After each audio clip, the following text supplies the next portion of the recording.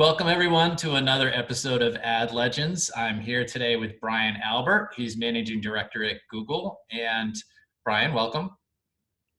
Thanks for having me. And Brian, as we mentioned, we start every episode with a quick introduction to pets, which you obviously knew. Let's have an introduction to your dog there.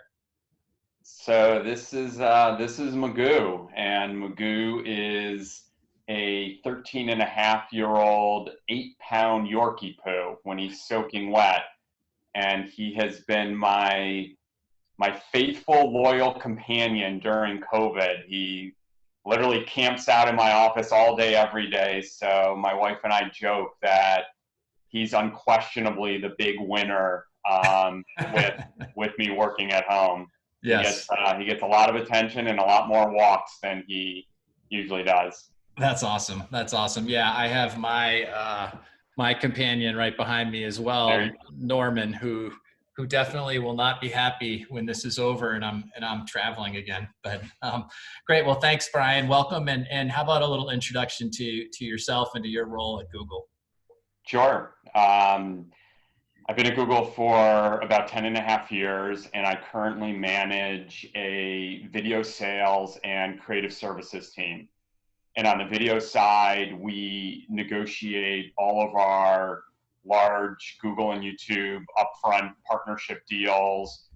We promote YouTube auction buying best practices. We package new sponsorship programs around tentpole or seasonal moments. And on the creative side, we work with many of our top advertisers to help them produce more effective YouTube creative, along with either their in-house creative teams or an outside creative agency.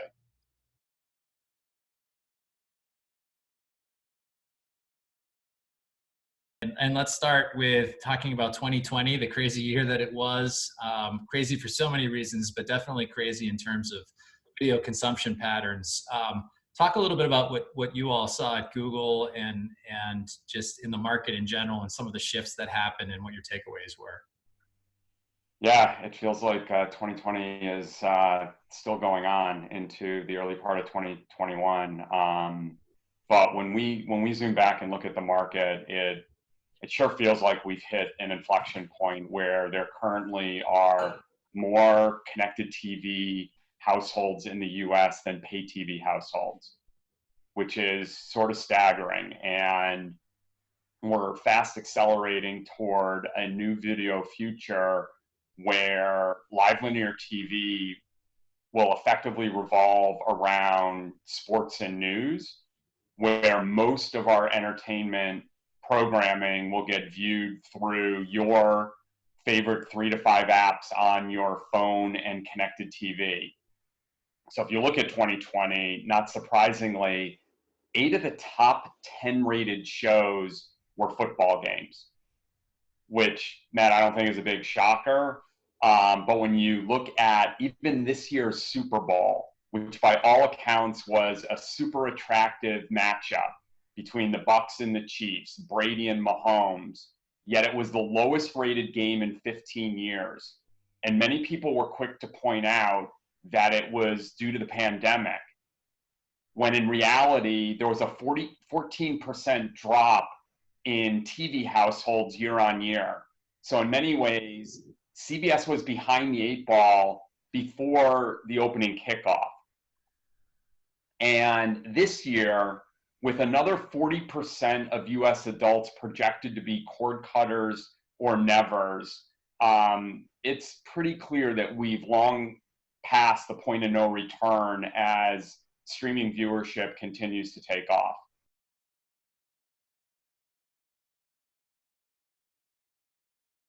You know, at Pixability, we get asked all the time. So when people are watching connected TV, what are their viewership patterns look like? Are they different than traditional TV viewership patterns? And specifically on YouTube, what are the types of things that they're watching? What are you guys seeing? Yeah, so amazingly, or maybe not surprisingly, roughly 30% of CTV viewership today lands on the top 5 apps: Netflix, YouTube, Amazon Prime, Hulu, and Disney Plus. And then there are another 60 plus long tail apps that account for the balance. YouTube accounts for just over 40% of total viewing hours. Yet when people stream YouTube on their TV, they're watching, content that they would ordinarily consume on the big screen. It includes sports, everything from replays to highlights to classic games, TV shows, feature-length movies, live music performances. And just given everything we've come through or still going through with COVID and many people still working from home, videos related to well-being, whether it's yoga, fitness, meditation, videos related to learning, like Gordon Ramsay's how-to guide for beginning cooks. So really, there's something for everybody, and I think that's why our viewership on the big screen continues to take off, because virtually anyone can find something that they're passionate about.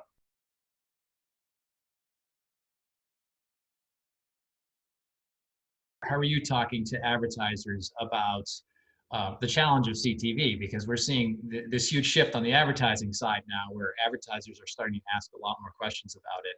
How are you giving them advice on how to reach these sort of fragmented audiences across the platforms? Yeah, it's a good question. I don't know if you saw this, Matt. I'm happy to forward it to you afterwards. But one of the big five holding companies recently shared a pretty interesting view of the market. And it was 2 slides. And on the first slide, they showed that over the past 3 years, we've essentially lost 39% of adult 18 to 49 impressions. And that equates to 660 billion impressions, which is obviously a really big number. And it's hard to wrap your head around like what that really means. So to put it into context, on the second slide, they highlighted what a 39% market share loss would look like in other industries. So imagine losing Ford, GM, and Toyota in the U.S. automotive industry. Just gone. Or American Airlines, JetBlue, and Delta in the U.S. airline industry. Or in fast food, just wipe out McDonald's, Burger King, KFC, Taco Bell, Pizza Hut, and Wendy's. Now, I think we would all argue that if any of those scenarios were to play out, it would represent a seismic shift in the way that industry looks after. Yet, strangely, in the U.S. TV landscape, national TV investment across broadcast and cable has remained relatively flat over the same 3-year period, which is a little mind-numbing. So when we have conversations with clients, first and foremost, we generally believe that clients should be shifting at least 25% of their linear TV budgets into streaming to reach viewers that they know they can't reach on TV and to load balance their frequency.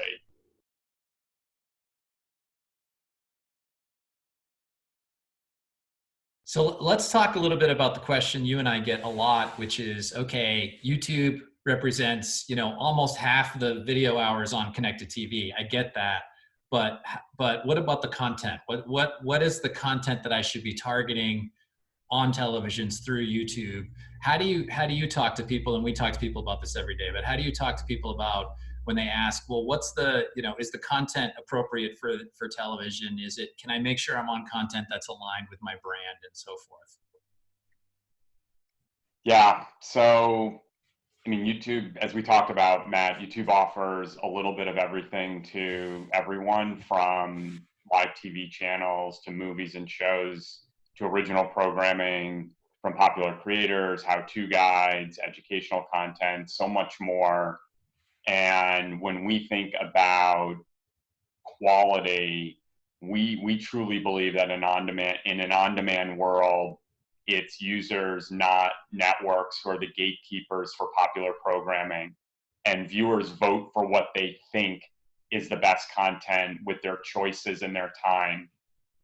And we ran some research recently that shows that people care more about the content that speaks to them personally. In fact, people have said that when choosing what to watch, relating to passions is almost twice as important as whether the content has high production quality, and almost 3 times as important as whether it has famous actors, which have been traditional, benchmarks for linear quality. And this translates all the way through to ad effectiveness. So we recently conducted a lab study with Ipsos where they compared the performance of video ads that ran against both endemic content on YouTube as well as traditional broadcast TV content.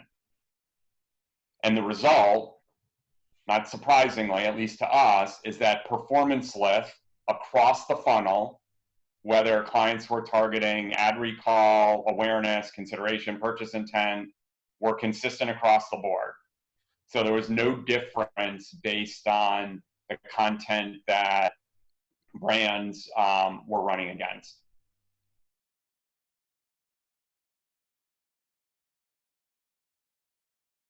Cool. Well, I'm going to ask you what we usually ask at the end of every episode to talk a little bit about your own personal YouTube habits. As someone who works and thinks about YouTube every day, what are your consumption habits on YouTube? You know what? I'm sort of boring. During the NFL season, I'm watching a lot of those 8 to 12 minute game highlights. It's hard to carve out 3 hours to sit on the couch and watch a full-length game. So I love the highlights that we're able to package up for every game. I also found myself dipping into a bunch of TED Talks and even commencement speeches to try to find inspiration for my own team to help them manage their energy over the past year. Topics like, the value of sleep and nutrition and exercise to high performance. And last but not least, I have an 11-year-old son who is crazy about Fortnite.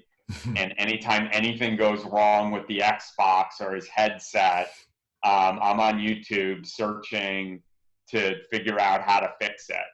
And almost without exception, there's always a video that can help me triage whatever the problem is. It's amazing. The how-to content is definitely my favorite part. Great. Well, Brian, thanks so much for joining on this rainy, gross day in New England, and hope to talk to you soon. Thanks again. Thank you.